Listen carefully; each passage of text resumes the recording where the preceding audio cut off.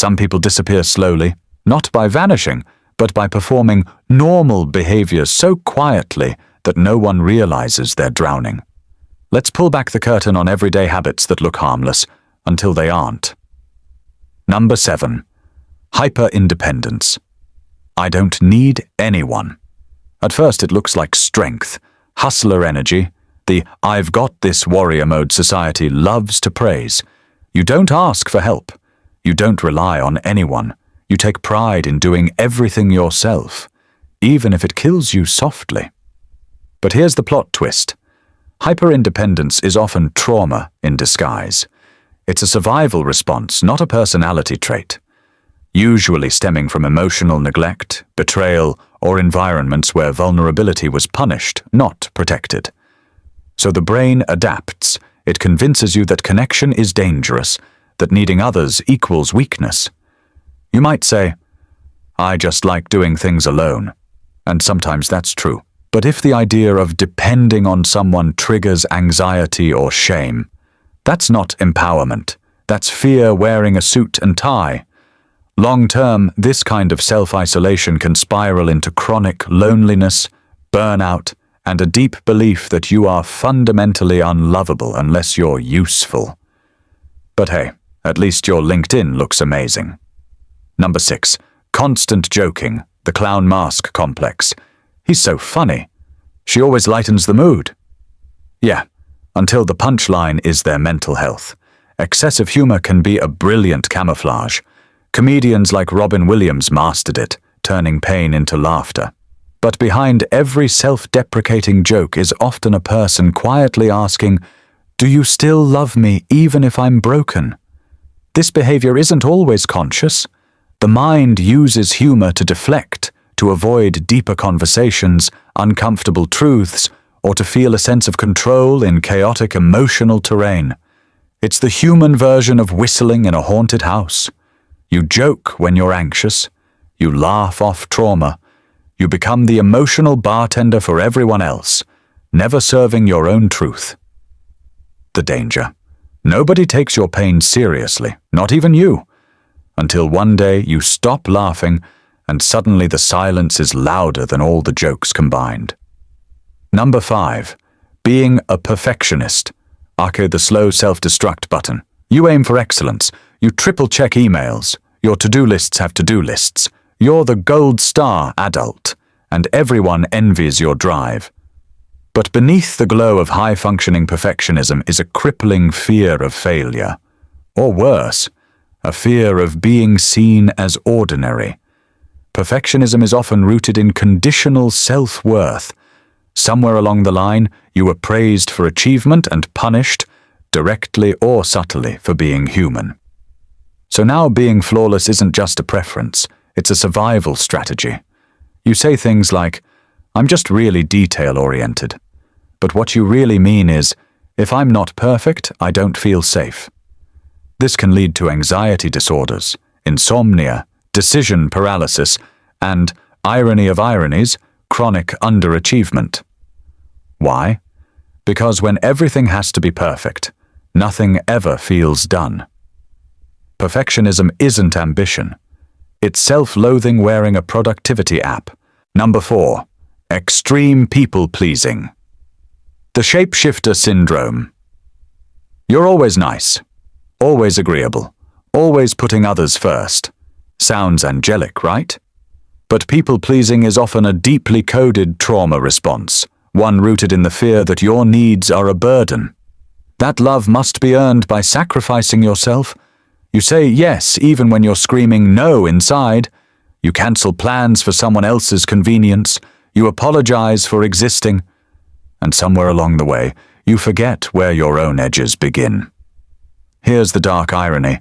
While you're busy being liked by everyone, you're becoming invisible to yourself. Over time, chronic people-pleasing can cause depression, resentment, identity confusion, and emotional exhaustion.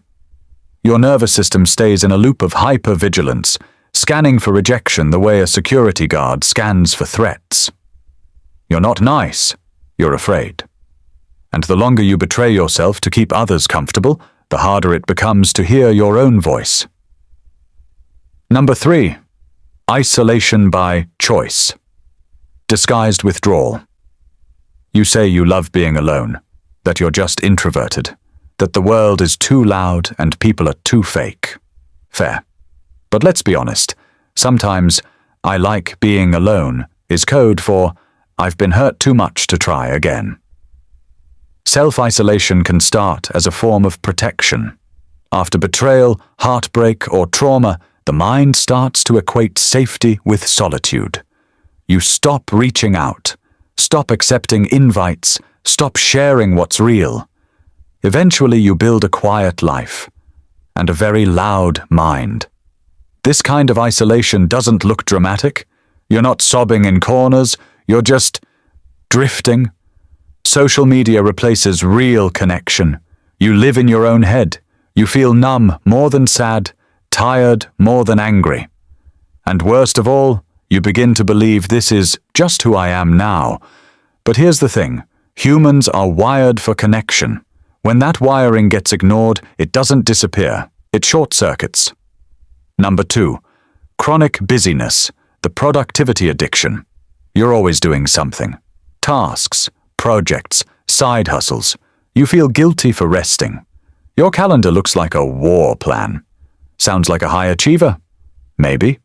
Or maybe it's emotional avoidance in disguise.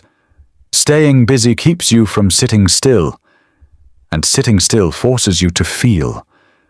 And what's scarier than that? For many, busyness is a coping mechanism. You run from the stillness because stillness is where the grief lives, where the anxiety breathes, where your unmet needs start whispering things you've tried for years to ignore. So you keep moving. You say, "I just have a lot going on."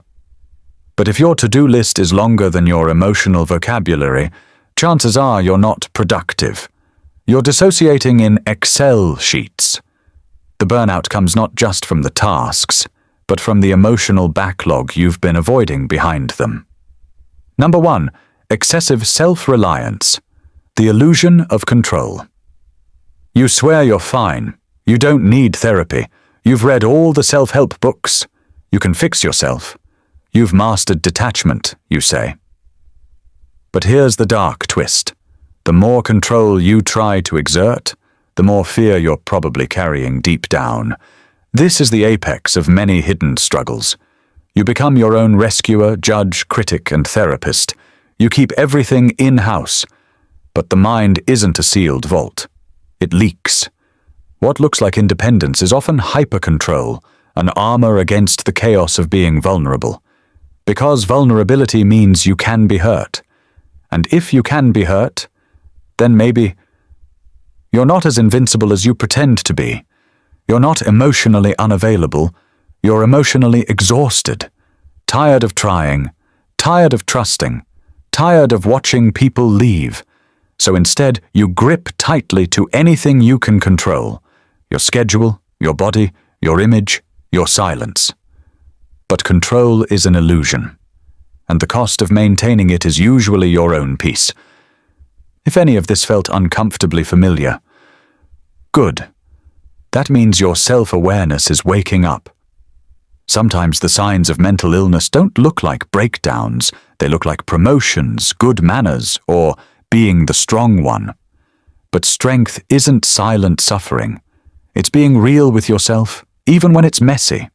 If you liked this kind of truth serum disguised as content, stick around. Subscribe. Or don't. I'm not your therapist, but maybe your mirror. And remember, being fine is overrated. Being honest is revolutionary.